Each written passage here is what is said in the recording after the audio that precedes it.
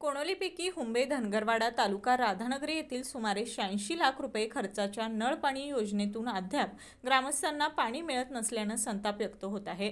या प्रकरणी यशवंत क्रांती संघटना आणि ग्रामस्थांनी जिल्हाधिकारी आणि जिल्हा परिषद मुख्य कार्यकारी अधिकाऱ्यांना निवेदन देत उच्चस्तरीय चौकशीची मागणी केली आहे। निवेदनात म्हटलं आहे की शासनाच्या पाणीपुरवठा विभागानं योजना पूर्ण झाल्याचं दाखवून ग्रामपंचायतीकडे हस्तांतरणही केल्याचं कागदोपत्री नमूद केलं आहे।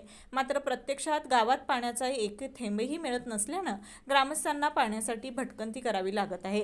शासनाच्या नोंदणीनुसार योजना 21 फेब्रुवारी 2022 रोजी पूर्ण झाल्याचे दाखवण्यात आले असताना प्रत्यक्ष कामे 2024 पर्यंत सुरू होती। तसेच सौर ऊर्जेवर आधारित योजना सध्या जुन्या वीज पुरवठ्यावर चालत असल्यानं ग्रामपंचायतींवर अतिरिक्त वीज बिलाचा भार पडत असल्याचा आरोप करण्यात आला आहे।